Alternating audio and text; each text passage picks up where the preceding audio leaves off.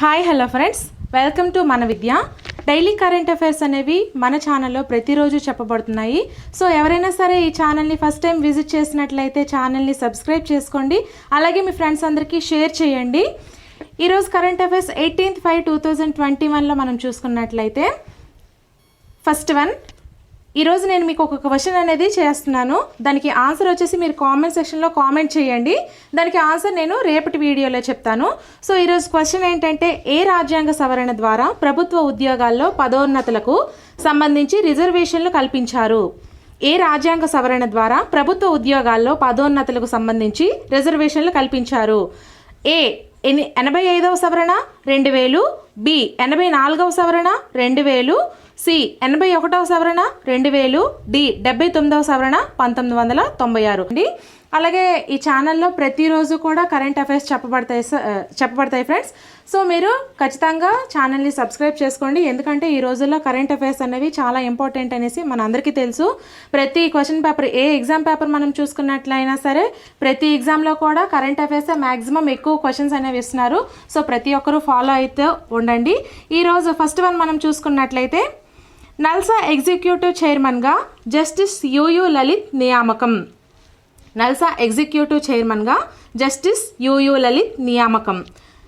NALSA అంటే ఏంటి? National legal services authority, NLSA, national legal service authority.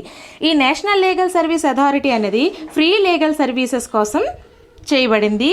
1987 act ప్రకారం free legal services అనేవి దీని ద్వారా ప్రొవైడ్ చేయబడతాయి ఫ్రెండ్స్. అందుకోసమే ఈ నల్సా అనేది ఏర్పాటు చేయబడింది. 1987 యాక్ట్ ప్రకారం ఫ్రీ లీగల్ సర్వీసెస్ ప్రొవైడ్ చేయడం కోసం ఈ నల్సా అనేది ఏర్పాటు చేయబడింది. నల్సా ఫుల్ ఫామ్ వచ్చేసి NLSA = national legal service authority. So NALSA executive చైర్మన్గా జస్టిస్ యుయు లలిత్ అనేది నియామకం జరిగింది. National legal service authority NALSA executive చైర్మన్గా సుప్రీంకోర్టు న్యాయమూర్తి జస్టిస్ యుయు లలిత్ గారు నియమితులయ్యారు. ప్రస్తుతం ఈ స్థానంలో ఉన్న జస్టిస్ NV రమణ సుప్రీంకోర్టు ప్రధాన న్యాయమూర్తిగా బాధ్యతలు చేపట్టారు. కాగా సీనియారిటీ పరంగా రెండవ స్థానంలో ఉన్న జస్టిస్ నారిమన్ ఆగస్టు 12న రిటైర్ అవుతున్నారు. దీంతో ఆ తర్వాత స్థానంలో ఉన్న జస్టిస్ లలిత్ను ఆ పదవికి ఎంపిక చేయనున్నారు. సో నెక్స్ట్ మనం చూసుకున్నట్లయితే సెకండ్ వన్, ఇటాలియన్ ఓపెన్ టైటిల్ను సొంతం చేసుకున్న Rafael Nadal. Italian open title ప్రపంచ నెంబర్ 1 నోవాక్ జోకోవిచ్ను ఓడించి 10వ ఇటాలియన్ ఓపెన్ టైటిల్ను గెలుచుకున్నారు. రెండో స్పీడ్ స్పానియార్డ్లో నాదల్ 7-5, 1-6, 6-3 తేడాతో డిఫెండింగ్ ఛాంపియన్పై గెలిచారు. నాదల్ తన 12వ రోమ్ ఫైనల్లో జకోవిచ్ యొక్క 36 ATP మాస్టర్స్ 1000 టైటిల్స్ రికార్డును సమం చేశాడు. కాగా ఉమెన్స్ సింగిల్స్ టైటిల్ను పోలాండ్ యువతిగా స్వైటెక్ గెలుచుకున్నారు. 15వ స్పీడ్ స్వైటెక్ 6-0, 6-0తో 9వ సీడ్ చెక్ కరోలినా ప్లిస్కోవాను ఓడించింది. అయితే ఈ రఫెల్ నాదల్ అనే అతను స్పెయిన్కి చెందిన వ్యక్తి. ఇతను 3 జూన్ 1986లో బోర్న్ అయ్యారు, అంటే జన్మించారు. 3 జూన్ 1986లో ఇతను జన్మించారు. ఇతను స్పెయిన్కి చెందిన వ్యక్తి. సో నెక్స్ట్ మనం కరెంట్ అఫైర్స్లో భాగంగా చూసుకున్నట్లయితే, మిస్ యూనివర్స్ విజేతగా నిలిచిన మెక్సికన్ యువతి ఆండ్రియా మెజా. మిస్ యూనివర్స్ విజేతగా ఎవరు నిలిచారు అంటే మెక్సికన్ యువతి ఆండ్రియా మెజా అనే ఆవిడ గెలిచింది. మిస్ యూనివర్స్ 2021 పోటీల్లో ఈ ఏడాది ఆండ్రియా మెజా విజేతగా నిలిచింది. 73 దేశాలకు చెందిన ముద్దుగుమ్మలు ఈ ఈవెంట్లో పాల్గొన్నారు. ఫైనల్ రౌండ్కు కేవలం 21 మంది మాత్రమే వెళ్లారు. చివరిసారిగా మిస్ యూనివర్స్ పోటీలను 2019లో నిర్వహించారు. ఆ పోటీల్లో మిస్ సౌత్ ఆఫ్రికా విజేత జోడీ బినీ కుంచి చేతుల మీదుగా మెక్సికోకు చెందిన అందాల భామ ఆండ్రియా మెజా, 26 సంవత్సరాల కలిగినటువంటి ఈ యువతి మిస్ యూనివర్స్ కిరీటాన్ని అందుకుంది. ఈ 63వ మిస్ యూనివర్స్ పోటీల్లో భారత్కు చెందిన మిస్ ఇండియా ఎడెలిన్ కాస్టిలినో 4వ స్థానంలో నిలిచారు. ఈ మిస్ యూనివర్స్ మిస్ మెక్సికో 2017లో విన్నర్గా ఈమె నిలిచింది. మిస్ వరల్డ్ 2017లో ఫస్ట్ రన్నర్ అప్గా నిలిచింది. అలాగే మెక్సికానా యూనివర్సల్ 2020 2020లో విన్నర్గా నిలిచింది.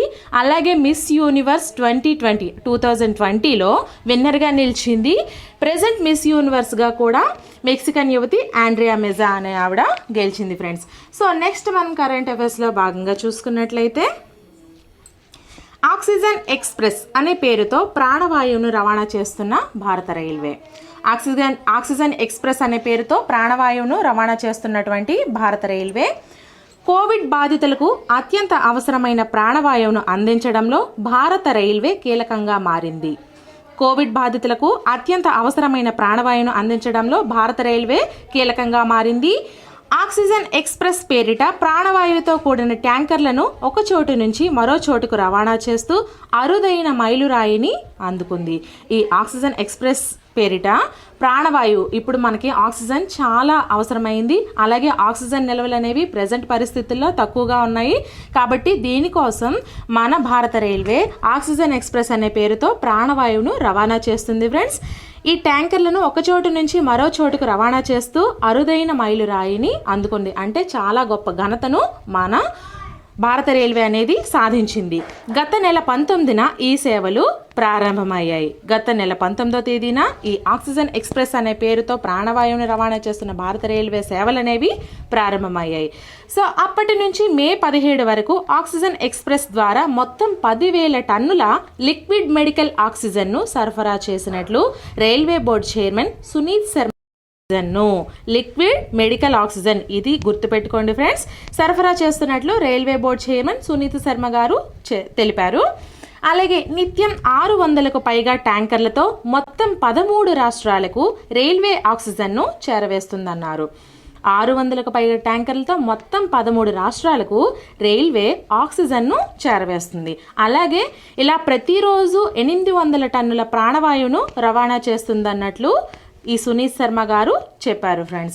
సో నెక్స్ట్ మనం చూసుకున్నట్లయితే ఇంటర్నేషనల్ ఇన్విన్సిబుల్ గోల్డ్ మెడల్కు ఎంపిక అయినటువంటి కేంద్ర మంత్రి Ramesh Pokhriyal. International invincible gold మెడల్కు ఎవరు ఎంపిక అయ్యారు అంటే కేంద్ర మంత్రి రమేష్ పోఖ్రియాల్ ఎంపిక అయ్యారు ఫ్రెండ్స్. ఈ ఏడాది ఇంటర్నేషనల్ ఇన్విన్సిబుల్ గోల్డ్ మెడల్కు కేంద్ర విద్యాశాఖ మంత్రి డాక్టర్ రమేష్ పోఖ్రియాల్ నిషామ్ గారికి ప్రదానం చేశారు. డాక్టర్ రమేష్ పోఖ్రియాల్ నిషామ్కు తన రచనల ద్వారా సామాజిక మరియు విశిష్టమైన ప్రజా జీవితం ద్వారా మానవత్వానికి చేసిన అసాధారణ నిబద్ధతతో కూడిన అత్యుత్తమ సేవకు గాను దీనిని అందించారు ఫ్రెండ్స్. ఇందులో 110కి పైగా దేశాల ప్రతినిధులు పాల్గొనగా 2 రోజుల వర్చువల్ సెషన్లో ఈ గౌరవాన్ని ప్రకటించారు. సో ఫ్రెండ్స్ నెక్స్ట్ మనం చూసుకున్నట్లయితే టీమిండియా ఉమెన్స్ జట్టు బ్యాటింగ్ కోచ్గా శివసుందర్ దాస్ నియామకం. టీమిండియా ఉమెన్స్ జట్టు బ్యాటింగ్ కోచ్గా ఎవరు నియామకం జరిగింది అంటే శివసుందర్ దాస్ నియామకం అనేది జరిగింది. టీమిండియా మాజీ ఓపెనర్ శివసుందర్ దాస్ భారత మహిళల బ్యాటింగ్ కోచ్గా నియమితుడయ్యారు. పోవార్ నేతృత్వంలోని సహాయ సిబ్బందితో అతడు చేరనున్నారు. జూన్ టు జూలైలో ఇంగ్లాండ్లో పర్యటించే భారత్ చేసిన అనుభవం తనకు ఉపయోగపడుతుందని, ఇంగ్లాండ్లో చాలా ఏళ్ళు లీగ్ క్రికెట్ ఆడిన అనుభవం తనకు పనికొస్తుందని, ఆ అనుభవాన్ని జట్టుతో పంచుకుంటానని అతను తెలిపారు ఫ్రెండ్స్. 43 ఏళ్ల దాస్ భారత జట్టు తరపున 23 టెస్టుల్లో 132 పరుగులు చేశారు. సో ఇతని గురించి మనం ఇంకా డెప్త్గా తెలుసుకోవాలి అనుకుంటే ఈ శివసుందర్ దాస్ అనే అతను 5 నవంబర్ 1977లో భువనేశ్వర్ ఒడిశా రాష్ట్రంలో జన్మించారు ఫ్రెండ్స్. టీమిండియా ఉమెన్స్ జట్ బ్యాటింగ్ కోచ్గా ఎవరు నియామకం జరిగింది అంటే శివసుందర్ దాస్ నియామకం అనేది జరిగింది. సో నెక్స్ట్ మనం చూసుకున్నట్లయితే ప్రఖ్యాత గణిత శాస్త్రజ్ఞుడు ఎంఎస్ నరసింహన్ కన్నుమూత. ప్రఖ్యాతమైన గణిత శాస్త్రజ్ఞుడు అయినటువంటి ఎంఎస్ నరసింహన్ అనే అతను చనిపోయారు ఫ్రెండ్స్. ఇతను ఎప్పుడు జన్మించారు అంటే 7th జూన్ 1932లో జన్మించారు. అలాగే మెడ్రాస్ ప్రెసిడెన్సీలో ఇతను జన్మించారు. 16 మే 2021లో ఇతను మరణించారు ఫ్రెండ్స్. ప్రఖ్యాత గణిత శాస్త్రజ్ఞుడు ఎంఎస్ నరసింహన్ అనే అతను 16 మే 2021లో చనిపోయారు. ప్రొఫెసర్ నరసింహన్ సిఎస్ శేషాద్రితో కలిసి నరసింహన్ శేషాద్రి సిద్ధాంతానికి రుజువు కోసం ప్రసిద్ధి చెందారు ఫ్రెండ్స్. ఈయన నరసింహన్ శేషాద్రి సిద్ధాంతానికి రుజువు కోసం చాలా ప్రసిద్ధి చెందారు. సైన్స్ రంగంలో కింగ్ ఫైసల్ అంతర్జాతీయ బహుమతిని అందుకున్న ఏకైక భారతీయుడిగా ఈయన నిలిచారు. చెన్నైలోని లయోలా కళాశాల మరియు టాటా ఇన్స్టిట్యూట్ నుంచి పట్టభద్రుడయ్యాడు. పట్టా అనేది చెన్నైలోని లయోలా కళాశాల నుంచి, అలాగే టాటా ఇన్స్టిట్యూట్ నుంచి ఇతను పట్టా అనేది తీసుకున్నారు. ప్రాథమిక పరిశోధన బొంబాయి నరసింహన్ ముంబై విశ్వవిద్యాలయం నుండి PhD పొందారు.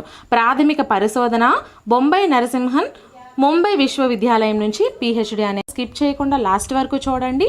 మీకు వీడియో కనుక నచ్చినట్లయితే లైక్ చేయండి, అలాగే మీ ఫ్రెండ్స్కి షేర్ చేయండి. ఫ్రెండ్స్, ప్రతి ఒక్కరికి తప్పకుండా కరెంట్ అఫైర్స్ అనేవి చాలా ఇంపార్టెంట్. కాబట్టి నెక్స్ట్ వీడియోతో రేపు మళ్ళీ కలుస్తాం ఫ్రెండ్స్. Bye friends.